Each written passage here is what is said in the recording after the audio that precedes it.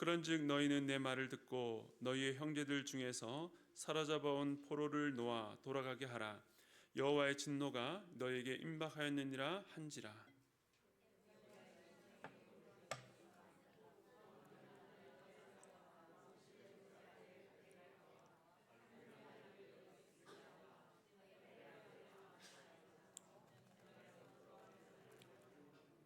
그들에게 이르되 너희는 이 포로를 이리로 끌어들이지 못하리라. 너희가 행하는 일이 우리를 여호와께 허물이 있게 함이니 우리의 죄와 허물을 더하게 함이로다. 우리의 허물이 이미 커서 진노하심이 이스라엘에게 임박하였느니라 하매.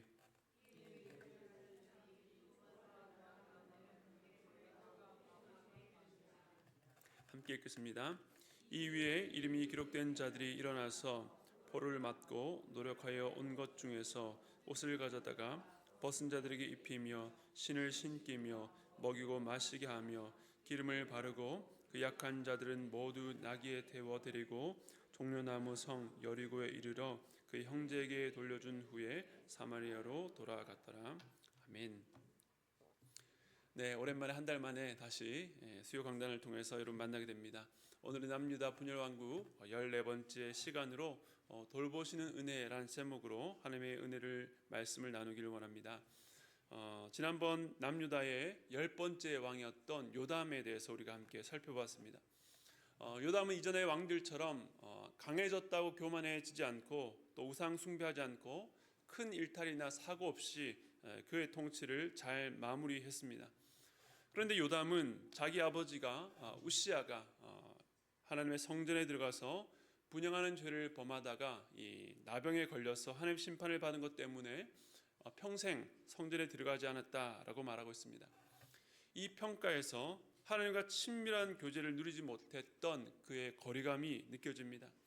왕으로서 주어진 사명을 감당하기 위해서는 당연히 하나님 앞에 나아가 지혜와 명철을 구하고 또 도우심을 구해야 했지만 자라보고 놀란 가슴 소뚜껑 보고 놀란다는 이 속담처럼 요담은 두려우신 하나님 앞에 감히 설 생각도 못했습니다. 그 결과 왕은 정직했으나 백성은 패역했다라고 하는 안타까운 역사적 평가를 우리가 보았습니다. 이 평가를 보면서 우리의 인생도 나 홀로 흠없이 산 것으로 하나님 앞에 할 도리를 다했다라고 말할 수 없다는 것을 깨닫게 됩니다. 즉 하나님께서 우리에게 요구하시는 것은 그저 심판을 면하고 순탄하게 생을 마감하는 것이 아니라 하나님께서 우리에게 맡기신 그 자리에서 적극적으로 하나님의 기쁘신 뜻을 행하는 데 있다는 것입니다. 하나님께서 우리 가정에 자녀를 주셨다면 그냥 그 자녀가 무난하게 제 앞가림하고 살 정도로 키우는 것이 우리의 사명이 아니라 부모에게 주신 그 영적 권한과 책임으로 믿는 부모로서 선한 영향을 끼쳐서 이 자녀들이 믿음의 다음 세대로 자라갈 수 있도록 해야 하는 것입니다. 여전히 세상에서 들리는 소식들은 때로는 우리를 분노케 하고 또 실망과 두려움에 빠지게 만듭니다. 그러나 우리가 그리스도인으로서 한국 사회가 겪고 있는 여러 가지 고통에 대해서 무관심하거나 나와는 상관없는 일로 치부해서는 안 될 것입니다. 또는 그저 비판하거나 혀를 차며 소망이 없다라고 평가하면서 우리의 역할을 다 했다고 생각해서도 안 될 것입니다.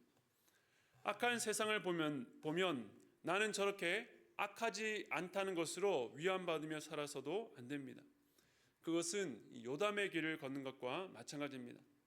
안타까운 것은 요담이 하나님 앞에 정직하게 걸었지만 그의 삶이 그가 다스렸던 백성들의 삶과는 무관한 것이요 영향을 끼치지 못했다는 것입니다. 우리가 대한민국 크리스찬으로서 하나님 앞에 산다는 것이 우리의 가정과 또 사업터, 직장, 또 나와 관계를 맺은 관계 속에서 선한 영향력을 끼치는 삶이 되기를 바랍니다.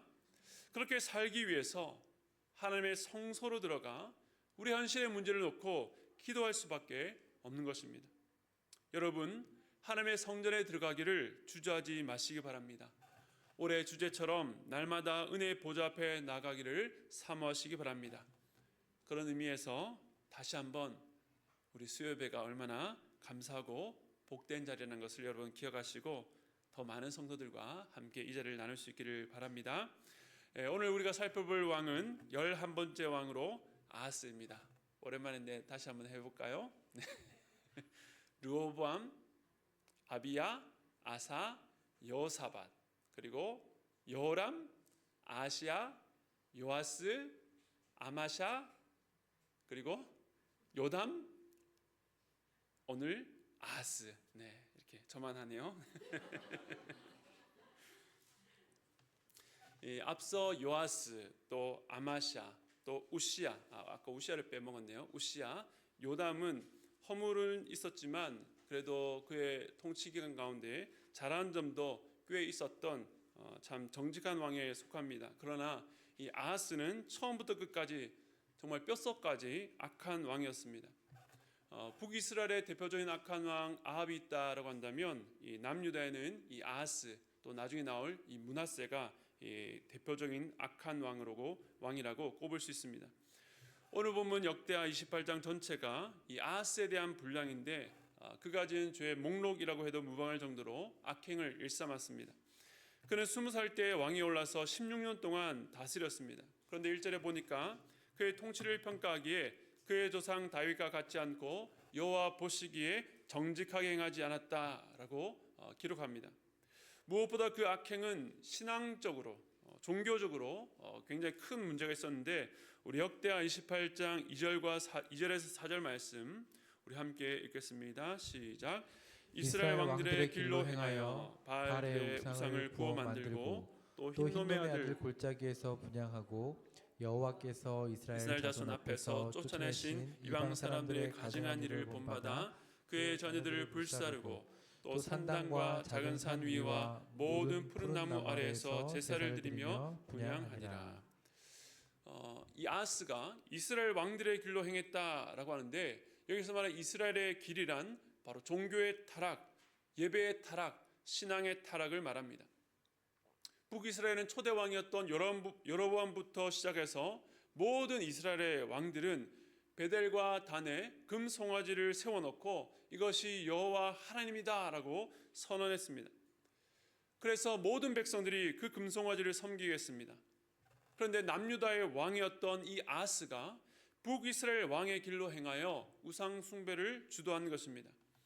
바알 신상을 직접 만들고 흰놈의 아들 골짜기에 분향하고 심지어 그 자녀들을 불사르는 일도 했습니다. 여기서 흰놈의 아들 골짜기는 원래 성에서 가져온 모든 가증한 것들을 태워버리던 골짜기였습니다. 그런데 우상 숭배가 성행하던 시기에 늘 불이 타오르던 이 골짜기 아래쪽에 도벳이라고 하는 곳은 몰렉이라는 신에게 어린 자녀를 바치는 불 속에 지나가게 해서 타 죽게 만드는 매우 악명 높은 이교적 희생 제사가 행해지던 장소였습니다. 이런 끔찍한 제사는 종교란 형태를 가장한 가장 이기적이고 자기 중심적인 예배 제사 행위였습니다. 자기 자식을 희생해서라도 자신의 이익과 행복을 얻겠다는 아주 파렴치한 행위였습니다. 뿐만 아니라 아하스는 산당과 푸른 나무에서, 그러니까 남유다의 모든 곳이 우상 숭배가 가능하게 만들었습니다. 하나님께서는 이 아하스의 악행을 보시고 먼저 주변 나라를 일으켜서 그를 징계하셨습니다.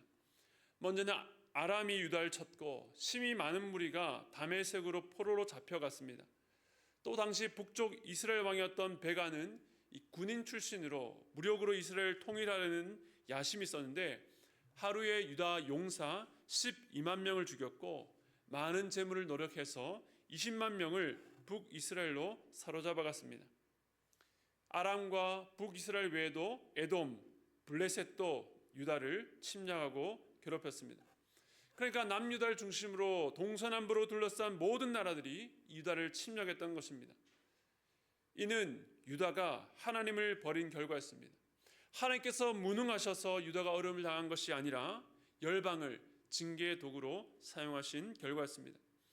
그런데 이렇게 나라가 위기에 처했다면 이 아하스가 정신을 차리고 돌이켜야 되는데 아하스는 그럴 마음이 전혀 없어 보입니다. 그는 오히려 이러한 상황 가운데 아수르 왕에게 사람을 보내서 도움을 요청했습니다. 그런데 그 결과가 어떻게 되었을까요? 역대하 28장 20절과 21절 그 결과 우리 함께 보겠습니다. 함께 읽겠습니다. 시작.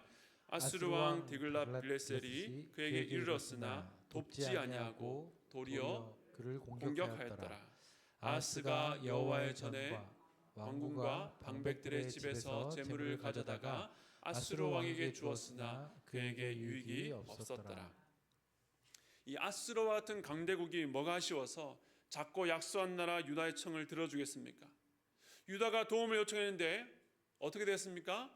돕지 않을 뿐만 아니라 도리어 유다를 공격했습니다. 아하스가 생각하기에 자기들 정성이 부족했나 싶어서 돈과 재물을 더 갖다 줬는데 이 모든 일의 결과에 대해서 21절 하반절에 보니까 결과적으로 그에게 무엇이 없었다고요? 유익이 없었더라 라고 말합니다. 여기서 유익이라는 단어는 이 도움이라는 뜻을 가진 이 엣제르에서 파생된 에즈라라고 하는 명사입니다.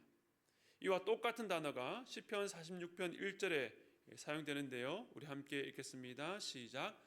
하나님은 우리의 피난처시요 힘이시니 환난 중에 만날 큰 도움이시라.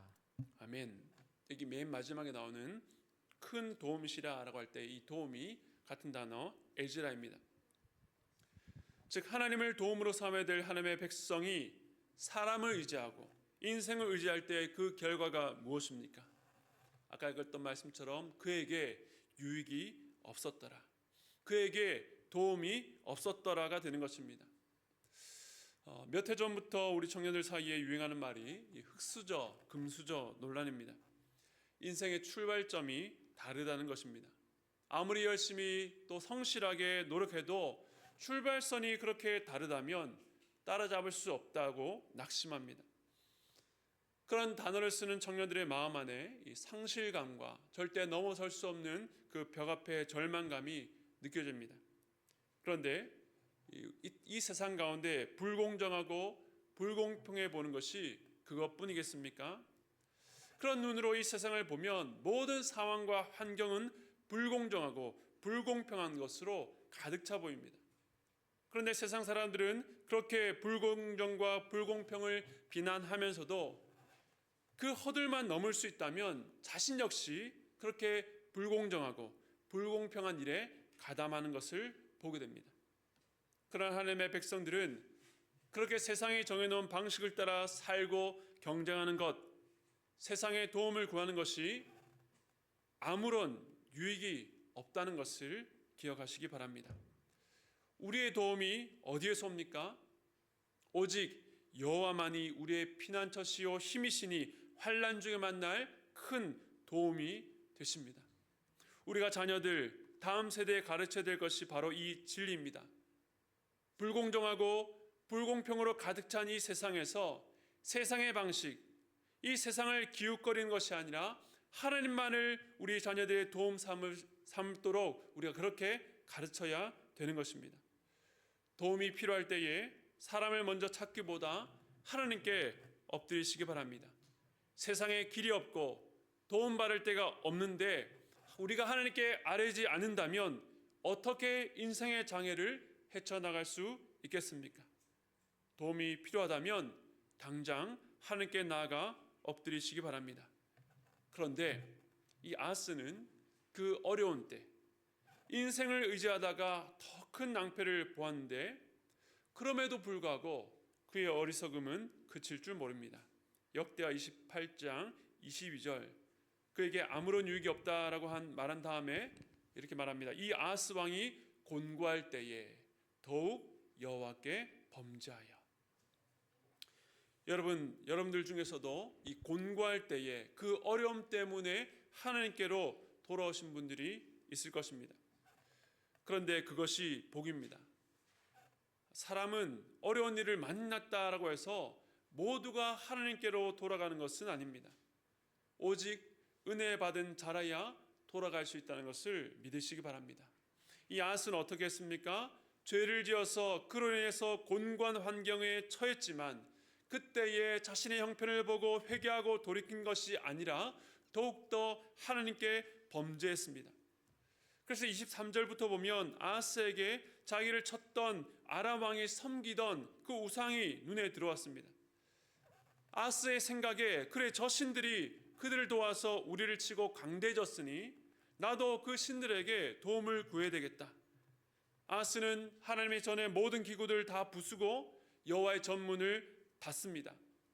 열왕기 하를 보면 다메섹에서 보고 온 제단의 형식을 따라서 제단을 만들고 거기 제사를 드리고 성전 앞에 있던 놋제단과 각종 기구들을 임의로 옮기고 제 멋대로 변형시켰습니다. 그야말로 끝까지 반영하는 모습입니다. 이런 왕의 통치 속에 하나님께서는 과연 무엇을 하고 계실까요? 우선은 우리가 방금 읽었던 말씀처럼 유다를 징계하셨습니다. 그렇게 징계하신 하나님께서 과연 유다를 버리셨는가? 결코 그렇지 않습니다. 오늘 우리가 읽은 본문은 이러한 소용돌이 속에 북이스라엘에 잡혀간 포로 20만 명에게 이러한 일을 다루고 있습니다. 북이스라엘의 군사들은 아까 제가 말씀드린 대로 20만 명의 포로와 함께 엄청난 양의 재물을 약탈해서 수도 사마리아로 가고 있었습니다. 그런데 바로 그때 북이스라엘에 오뎃이라고 하는 하나님의 선지자가 있었는데 개선 장군처럼 돌아오던 그 군인들을 향해서 꾸짖습니다. 이 모든 일이 너희가 잘나서 힘이 강해서 그런 것이 아니라 하나님께서 유다를 징계하시려고 허락하신 일인데 너희가 이 백성들을 노예로 삼는 것이 옳으냐? 너희가 이같이 행한다면 하나님께서 너희에게 진노하실 것이다 라고 선포했습니다. 이 말을 들었던 이 에브라임의 자손의 우두머리 몇 명이 전장에서 돌아오던 사람들을 막고 이 오뎃 선지자의 말을 전했습니다. 그 말을 듣던 자들이 행한 일이 무엇입니까? 역대하 28장 15절. 이 말을 전했던 자들이 행했던 일을 이렇게 기록하고 있습니다. 이 위에 이름이 기록된 자들이 일어나서 포로를 맞고 노력하여 온 것 중에서 옷을 가져다가 벗은 자들에게 입히며 신을 신기며 먹이고 마시게 하며 기름을 바르고 그 약한 자들은 모두 나귀에 태워 데리고 종려나무성 여리고에 이르러 그의 형제들에게 돌려준 후에 사마리아로 돌아갔더라. 참 놀라운 일 아닙니까? 나라적으로 하나님을 버리고 우상의 나라가 되었던 북이스라엘의 선지자의 말을 듣고 그들이 놀랍게 순종합니다.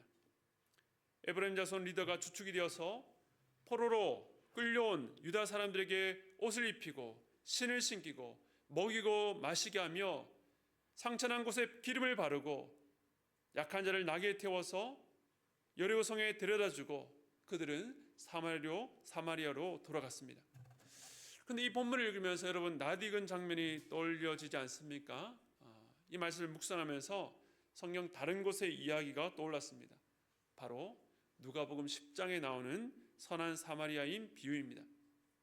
율법의 핵심을 안다고 자부했던 율법 교사가 자기의 일을 드러내기 위해서 예수님께 질문합니다. 누가 나의 이웃입니까? 선한 사마리아인 비유는 이 질문에 대한 대답이었습니다. 그 비유를 보면 어떤 사람이 예루살렘에서 여리고로 가다가 강도를 만납니다. 그런데 그를 도와야 될 레위인들, 제사장들은 다 지나쳤지만 한 사마리아인이 나타나서 그 강도를 만나서 옷이 벗겨지고 거의 죽을 만큼 매를 맞은 자에게 기름과 포도주를 부어서 그 상처를 치료하고 자기 짐승에 태워서 주막으로 데리고 가서 돌보아 주었습니다.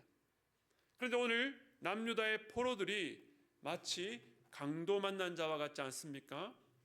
남유다 백성들은 매맞고 옷과 신도 없이 그 먼 길을 끌려와서 배고프고 목마른 상황에 처했습니다.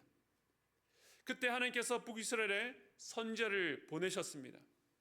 그 말씀을 듣고 반응하는 에브라임의 리더들이 그들을 돌보고 약한 자들 나귀에 태워서 돌보고 또 그들은 사마리아로 돌아갑니다. 놀랍게도 내용이 통하죠. 말하자면 이들은 구약의 선한 사마리아인들이었습니다. 유다와 예루살렘 사람들이 매맞고 포로로 잡혀갑니다. 무엇 때문이었습니까? 물론 북이스라엘 군인들이 약탈했기 때문이었지만 더 근본적인 원인은 유다와 예루살렘 사람들을 돌보고 지도해야 될 이 아하스 왕을 비롯한 지도자들의 문제였습니다. 마치 누가복음의 제사장이나 레위인들이 강도 만난 자를 보고 지나친 것처럼 이 백성들은 제대로 된 돌봄을 받지 못한 상태에 있었습니다. 뿐만 아니라 아하스 왕은 유다 백성들이 이러한 고통을 겪게 만든 장본인이요 바로 강도였습니다. 그러나 바로 그때에 하나님의 선지자가 이 사마리아인들을 깨우쳤습니다. 그리고 이 사마리아인들이 하나님의 말씀에 순종해서 유다와 예루살렘 사람들을 돌봅니다. 자기가 포로로 잡아온 자들을 돌본다? 이해할 수 없는 내용, 참 기적과 같은 내용입니다. 전혀 예상할 수 없었던 그림이 나옵니다. 그것은 바로 적군 사마리아인들의 손 뒤에 숨어 계시는 여호와 하나님의 손길이요 돌보심으로 밖에 설명할 수 없습니다. 남유다는 하나님께서 말씀을 하셔도 전혀 듣지 않는데 이 악한 북이스라엘 사람들이 어떻게 이러한 순종을 보일 수 있겠습니까? 그들이 특별히 선해서가 아닙니다. 그들은 비록 악했지만 하나님께서는 옷과 신발 없이 먼 길을 상처투성이로 끌려가던 그 백성들의 고통을 보고만 계실 수 없었던 것입니다. 에브라임 사람들의 손을 통해서 당신의 백성들을 돌보시는 하나님의 손길과 그 긍휼의 마음이 오늘 본문에서 느껴지는 것입니다. 이처럼 하나님께서는 전혀 기대할 수 없었던 이 북이스라엘 사람들의 손을 통해서 유다를 위로하셨습니다.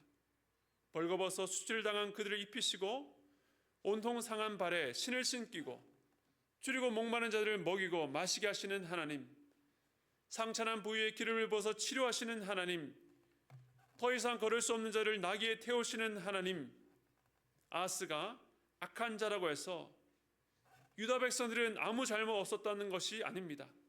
그들도 그 왕을 따라서 함께 우상을 숭배하고 하나님께서 기뻐하지 않은 악을 행했을 것입니다.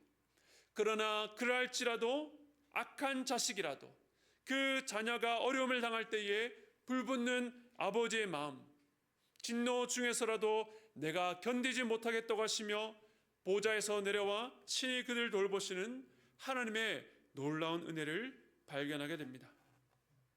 더 놀라운 것은 이런 하나님의 은혜와 사랑이 포로로 잡혀간 백성들에게만 주어진 것이 아니었다는 것입니다.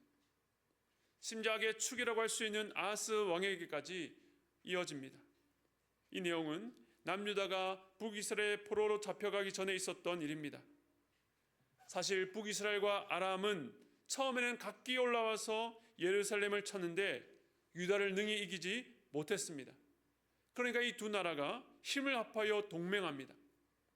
이사야 7장을 보면 이 두 나라가 동맹했다는 소식이 들리자 이 아하스 왕과 그 백성들이 그 마음이 바람에 숲이 흔들린 것처럼 흔들렸다라고 기록합니다. 하나님께서는 이사야를 통해서 두려워 떨던 왕을 찾아가서 위로하기를 원하셨습니다. 그들은 두 부직갱이 그루터기에 불과하니 두려워하지 말고 낙심하지 말라고 했습니다. 우리 이사야 7장 8절과 9절 말씀 우리 함께 읽겠습니다. 시작. 대저 아람의 머리는 다메섹이요 다메섹의 머리는 르신이며 65년 내에 에브라임이 패망하여 다시는 나라를 이루지 못할 것이며 에브라임의 머리는 사마리아요 사마리아의 머리는 르말리아의 아들이니라. 만일 너희가 굳게 믿지 아니하면 너희는 굳게 서지 못하리라 하시니라. 아멘. 이 에브라임은 북이스라엘을 말합니다. 그런데 여기 계속 머리 이야기가 나옵니다. 아람의 머리와 사마리아의 머리가 누구인지를 밝히며 그들은 패망할 것이라고 예고합니다. 왜 갑자기 머리 이야기를 합니까? 남유다 너희 머리가 누구냐? 이 얘기를 하시는 겁니다. 나 여호와가 너희 머리가 아니냐? 너희는 두려워하지 말라고 거듭 위로하고 그 여호와 하나님만을 믿으라고. 그러면 이 위기 가운데서도 굳게 설 수 있다라고 말한 것입니다.